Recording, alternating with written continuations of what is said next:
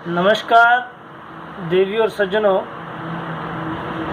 आज हस्तरेखा ज्ञान पर यह हमारा दूसरा वीडियो बनने जा रहा है, जिसमें हम हाथ की उंगलियों पर 12 राशियों का विवरण आपको बताएंगे तथा हाथ की रेखाओं में कुछ योग जो घटित होते हैं रेखाओं के अनुसार, उनके विषय में आज हम आपको बताएंगे।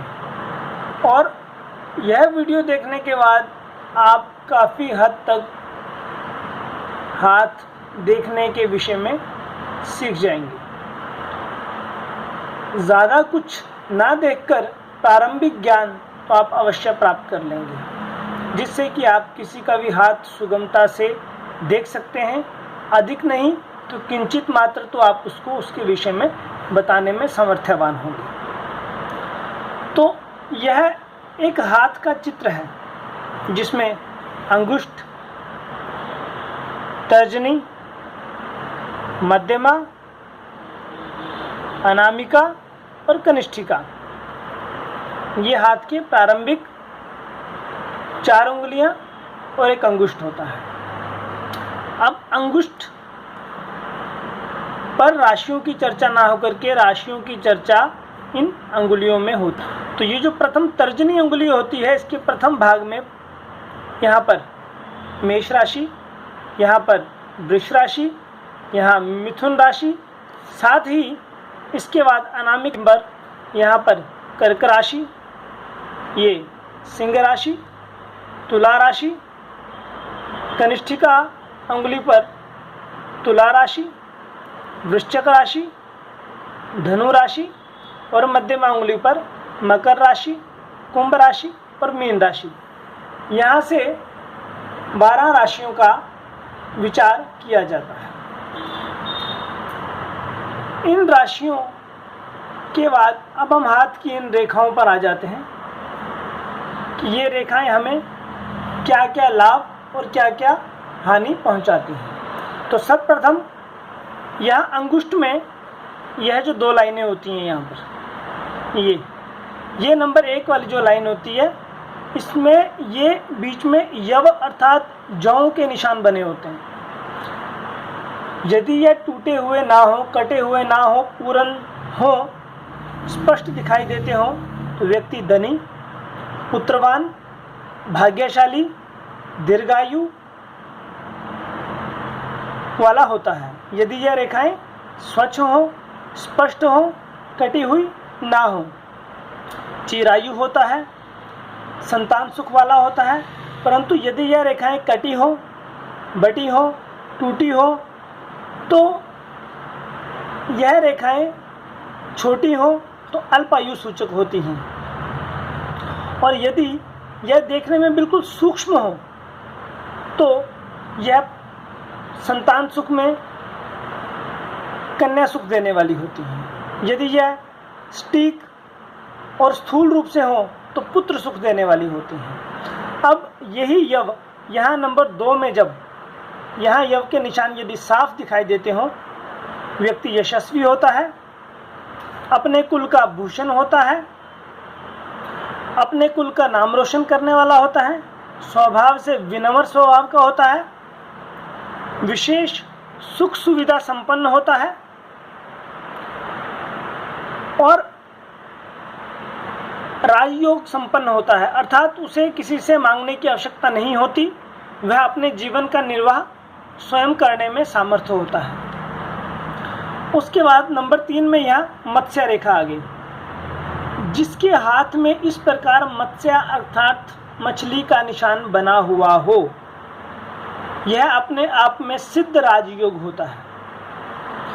ऐसा व्यक्ति मनुष्यों में श्रेष्ठ, प्रधान अर्थात नौसेना में उच्च अधिकारी तथा जल विभाग में उच्च अधिकारी, जल से संबंधित कार्यों से धनोपार्जन करने वाला तथा उच्च पदासीन योग्य व्यक्ति होता है, जिससे कि वह पानी से संबंधित विभागों में उच्च पद पर कार्यान्वित होता है तथा इसके अंडर, इसके कंट्रोल में सैकड़ों लोग काम करने वाले होते हैं, जिसके हाथ में यह मत्स्य नामक राजयोग होता है।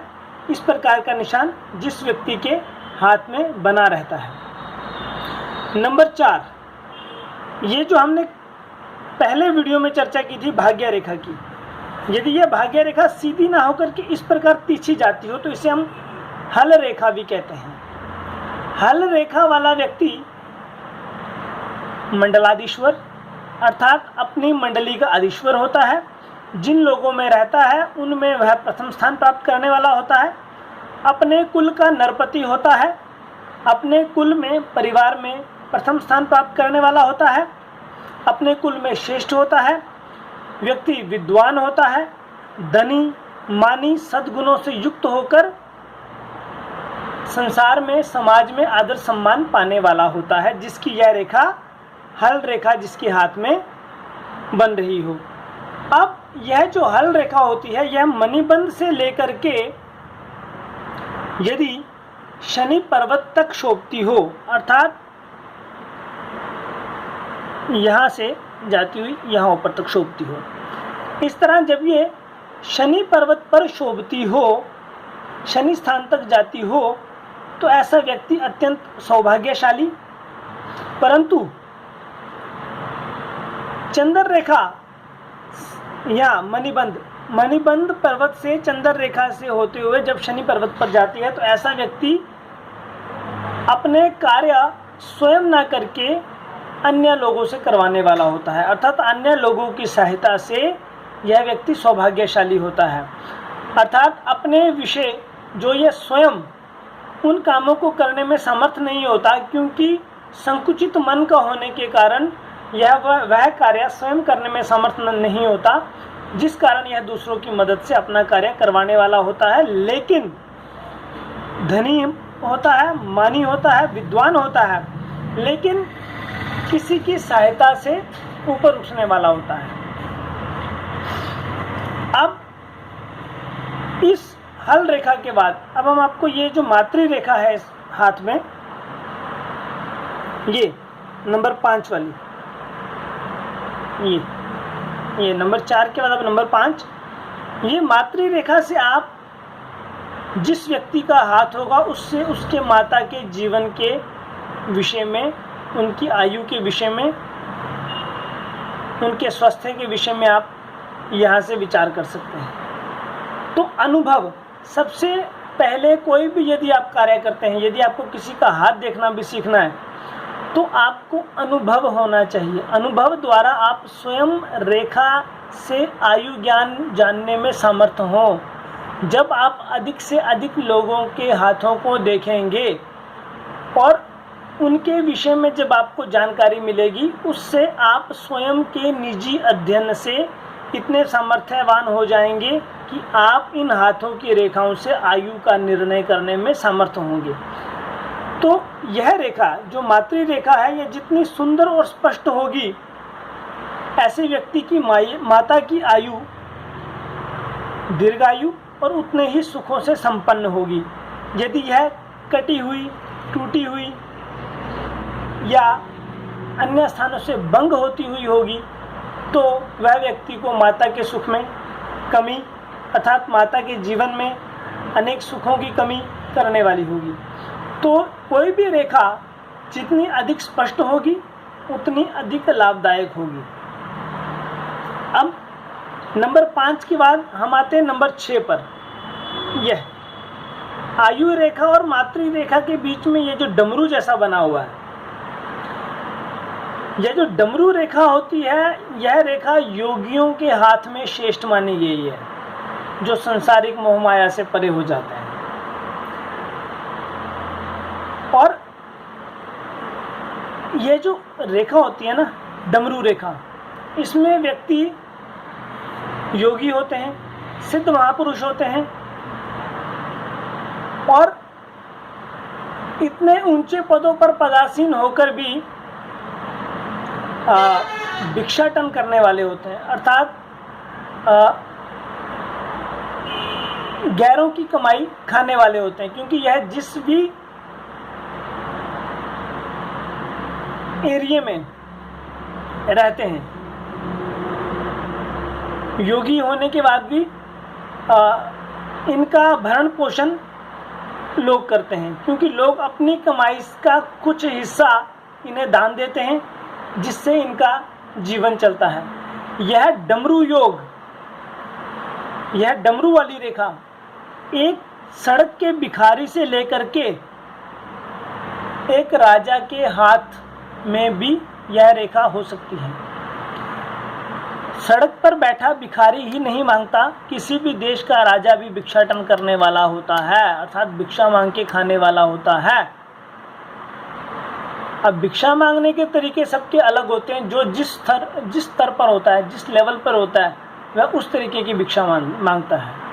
तो जो व्यक्ति हाथों की रेखाओं का ज्ञान जानते होंगे, वह व्यक्ति का हाथ देख के, व्यक्ति का स्तर देख के जान सकते हैं कि क्या यह व्यक्ति भिक्षाटन करके जीवन व्यतीत कर रहा है या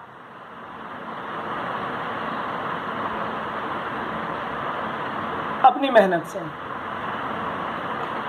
स्वयं की मेहनत से धन कमाना और भिक्षाटन से जीवन व्यतीत करना,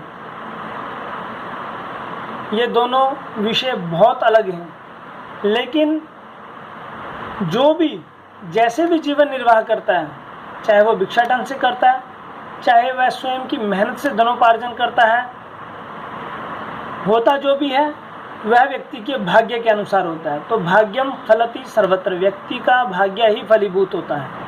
कई लोग भिक्षाटन से भी राजा बन जाते हैं और कई लोग छोटे स्तर पर रहकर भी कभी भिक्षा लेना पसंद नहीं करते।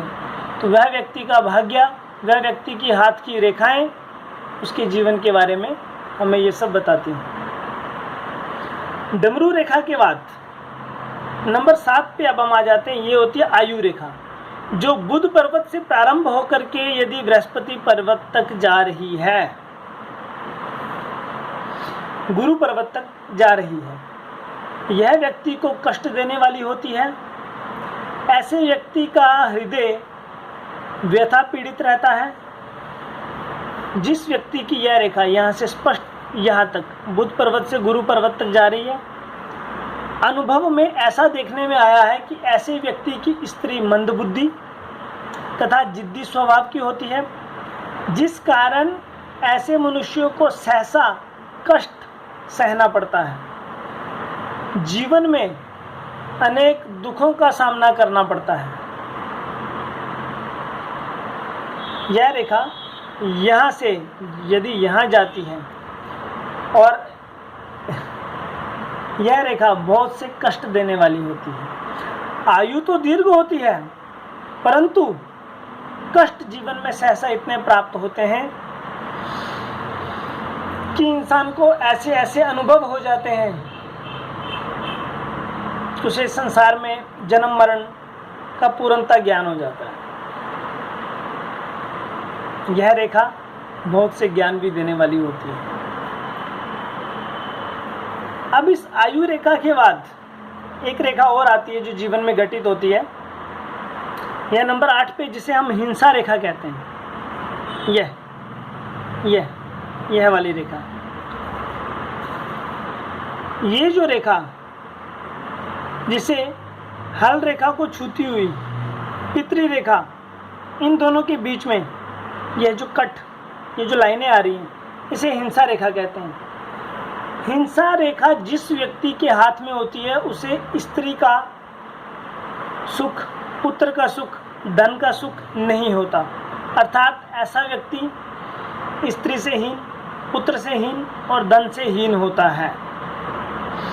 और यह रेखा तकरीबन उन लोगों के हाथ में पाई जाती है जिन लोगों के हाथ में यह रेखा कष्टदायक होती है, जिस कारण ऐसा व्यक्ति हिंसा करने वाला होता है। इसके निकट के रिश्तेदारों से, संबंधियों से इसके संबंध अच्छे नहीं होते, अर्थात उनसे शत्रुता का व्यवहार होता है। यह रेखाएं यदि अधिक मात्रा में हो तो व्यक्ति हत्यारा भी हो सकता है, अर्थात उसे प्राण दंड की सजा भी मिल सकती है, अर्थात वह देश निर्वासन भी कर सकता है, अर्थात अपने देश से प्रदेश से भागकर भी जा सकता है कुछ कारणों से दुखी होकर के। परंतु इन रेखाओं को देखने के साथ साथ यदि आप देखें व्यक्ति की पुण्य रेखा बलवान है, सूर्य पर्वत यदि अच्छा है, तो वह यहाँ पर उसे हिंसक ना बना करके बहसबाजी से, अन्य लोगों से विचार मतभेद से इसके कार्य सफल हो जाते हैं यदि यह रेखाएं कमजोर हो और पुण्य रेखा व्यक्ति की यदि बलवान हो। तो पुण्य रेखा यदि बलवान है, अच्छी है, तो व्यक्ति हिंसा ना करके अन्य लोगों की मदद से, बहस से अपना कार्य निकालने वाला होगा, अर्थात विद्वान होगा। इस रेखा के होने से वह अपनी विद्वानता से यह जो कष्टदायक रेखाएं होती हैं इनसे अपना बचाव करवा लेता है। लोग इसे डरपोक भी कहेंगे, यह डरपोक नहीं होगा। इसे पता होता है कि अगर मैं कोई ऐसी हिंसक कार्य करता हूँ तो मुझे या तो इस देश प्रदेश को छोड़ के जाना पड़ेगा, या मुझे जेल जाना पड़ेगा, या मुझे प्राणदंड दिया जाएगा। तो यह प्राणदंड, जेल योग स्थान का त्याग करना उन लोगों के लिए होता है जिनकी यह पुण्य रेखा ना हो, जिनके हाथ में यह पुण्य रेखा हो, सरस्वती रेखा हो, अर्थात जो व्यक्ति विद्वान हो वह इन चीज़ों से हमेशा दूर रहेगा, अर्थात हिंसा से दूर रहेगा। अपने कार्य वह बातचीत से, इधर उधर से निकलवाने की कोशिश करेगा। ऐसे इसे अपने कार्यों में सफल होने में समय तो ज़रूर लगेगा, लेकिन यह व्यक्ति अपने सारे कार्य धीरे धीरे निकाल लेगा। और ये जो हाथ की रेखाएं होती हैं ये नित्य प्रति एक सी नहीं होती। जब जब जीवन में अच्छा समय आता है तो हाथ में कुछ अच्छी रेखाओं का निर्माण स्वयं हो जाता है, और जब व्यक्ति का भाग्य खराब होता है, बुरा समय आता है, तो कुछ ऐसी कष्टदायक रेखाएं स्वयं हाथों में उत्पन्न हो जाती हैं, जिसके कारण व्यक्ति को सहसा 1 साल, 2 साल, 3 साल तक ऐसे समय से गुजरना पड़ता है, जिससे कि उसे जीवन में बहुत से कष्टों का सामना करना पड़ता है। तो यह सब जीवन ईश्वराधीन है, ईश्वर के द्वारा निर्मित है, लेकिन हाथ की रेखाएं हमें समय समय पर हमारे जीवन में आने वाले खुशहाल समय, आने वाले कष्ट के विषय से अवगत कराती रहती हैं। तो हाथों की रेखाओं का ज्ञान भी व्यक्ति को जीवन में होना बहुत ज़रूरी है, जिससे व्यक्ति अपने वर्तमान समय की स्थिति को देखकर सहजता से, सुगमता से अपना जीवन निर्वाह करे। यदि वह सुखी है, धनवान है, तब भी कष्ट किसी को भी आते हैं, तो इसीलिए यह सब देख करके। और यदि वह गरीब है, निर्धन है, तो भी ईश्वर के अधीन रह करके सुगमता से अपने जीवन का निर्वाह करे। ये तो हमने आपको कुछ हाथ की बेसिक बातें, प्रारंभिक ज्ञान आपको बताया। आने वाले वीडियो में हम आपको हाथों में घटित और भी बहुत सी रेखाओं के बारे में आपको बताएंगे। यदि आपको हमारा यह वीडियो पसंद आ रहे हैं, आप इन्हें लाइक कीजिए, शेयर कीजिए, हमारे चैनल को सब्सक्राइब कीजिए। हमारा सबसे पहला यह नियम है कि हम कोशिश ये करते हैं कि इस जीवन में सबका समय विशेष है, सबको अपने अपने समय की ज़रूरत होती है, तो ये अधिक समय ना लेकर के कम समय में आपको अधिक ज्ञान देने की कोशिश करते हैं। और ईश्वर हमें भी इस प्रकार सद्बुद्धि दे कि हम गागर में सागर, अर्थात बहुत कम समय में आपको बहुत सा ज्ञान देने में समर्थ हों। तो आज का वीडियो हम यहीं पर समाप्त करते हैं, और आप हमारे चैनल को सब्सक्राइब करें ताकि हमारे आने वाले वीडियो आप देख सकें, और इसे आगे से आगे शेयर करें ताकि यह ज्ञान सहसा और भी बहुत से लोग प्राप्त कर सकें। धन्यवाद।